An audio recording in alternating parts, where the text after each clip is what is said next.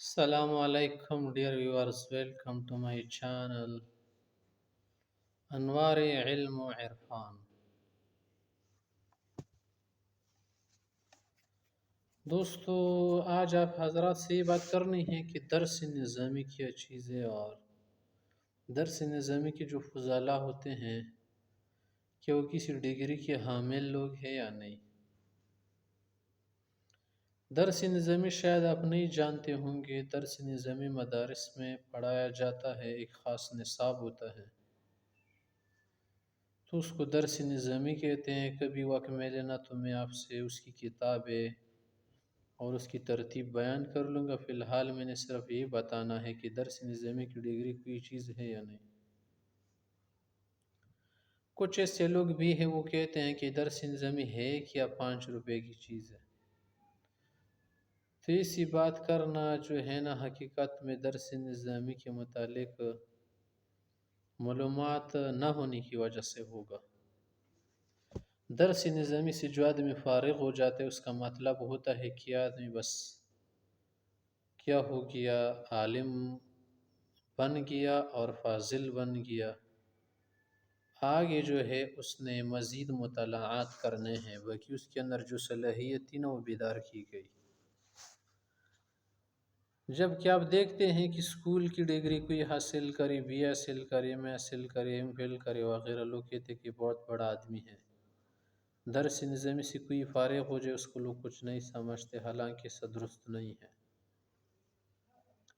درس نظامی کے بعد جو فارغ ہو جائے آپ اسے عالم کہہ سکتے ہیں یا نہیں، تو یہ بھی ایک سوال ہے۔ اور عالم کہتے کسے ہیں یہ بھی ایک سوال ہے یار۔ عالم کسے کہتے ہیں؟ ظاہر ہے کہ عالم تو اس کو کہتے ہیں جس کو پتہ ہو اس کو عالم کہتے ہیں۔ اگر ایسا مانا لیا جائے پھر تو پوری دنیا عالم ہے، ہر آدمی عالم ہے۔ اور کچھ ایسے لوگ ہیں نا کہ انہوں نے کچھ تخصصات کیے ہیں، وہ بھی نہیں سمجھتے کہ درس نظامی کا عالم کوئی ایسا خاص آدمی نہیں ہوتا، تو یہ بات درست نہیں ہے۔ اصل میں بات اس پر بھی مبنی ہے نا کہ کچھ لوگ ایسے ہوتے ہیں نا کہ وہ کچھ ڈگریز پڑھ لیتے ہیں اس کے بعد بھی قابل نہیں بنتے، اور کچھ سمجھنے والے نہیں ہوتے، صرف نام کے ہوتے ہیں، اور کچھ جو ہے پھر آگے نکل جاتے ہیں۔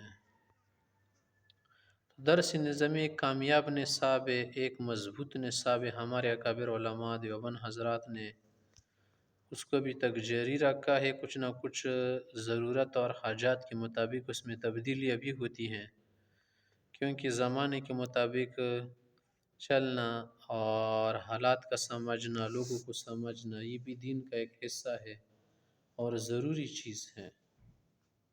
تو درس نظامی میں اس طرح کی تبدیلیاں ہوتی رہتی ہیں، اس سے کوئی مسئلہ نہیں پڑتا، کیونکہ بعض اوقات ایک فن کی جو ہے شہرت بھی ختم ہو جاتی ہے، ضرورت بھی ختم ہو جاتی ہے، تو پھر اسے چھیڑنا اور اسے چھیڑنا نہیں چاہے بلکہ اسے چھوڑنا ہی چاہے، کیونکہ اب اس وقت جو ہے اس فن کا اختیار کرنا چاہے جو زمانے کی ضرورت ہو، وقت کی ضرورت ہو اور لوگوں کی ذہنی سطح کے مطابق ہو۔ تو اب حضرات نے دیکھا ہوگا نا کہ درس نظامی میں اس طرح کی کچھ تبدیلیاں ہوتی ہے، اور وفاق المدارس العربیہ نے اس نصاب کو بہت بہترین انداز سے چلایا ہے، اور ابھی تک وہ نصاب چلا رہے ہیں۔ بڑا مزیدار نصاب ہے، میں نے بھی پڑھا ہے۔ تو اس نصاب کو پڑھنا چاہیے ہر آدمی کو، اور یہ ایسا آسان نہیں ہے کہ آپ بس پڑھ لیں 1-2 سال میں۔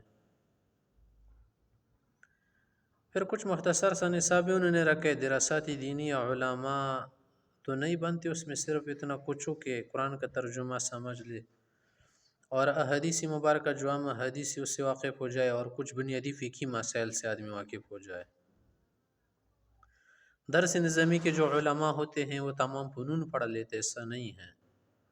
منطق پڑھ لیتے ہیں، فلسفہ پڑھ لیتے، تفسیر پڑھ لیتے ہیں، اصولی تفسیر پڑھ لیتے ہیں، فقہ پڑھ لیتے، قواعد فقہ، اصول فقہ پڑھ لیتے ہیں، نحو پڑھتے ہیں، صرف پڑھتے ہیں، بلاغت و فصاحت پڑھ لیتے ہیں، اور اس کے علاوہ جو ہے قرأت تجوید پڑھ لیتے ہیں، خوشخطی اور لکھائی سیکھتے سکھاتے ہیں اس میں، اور اس میں کچھ بنیادی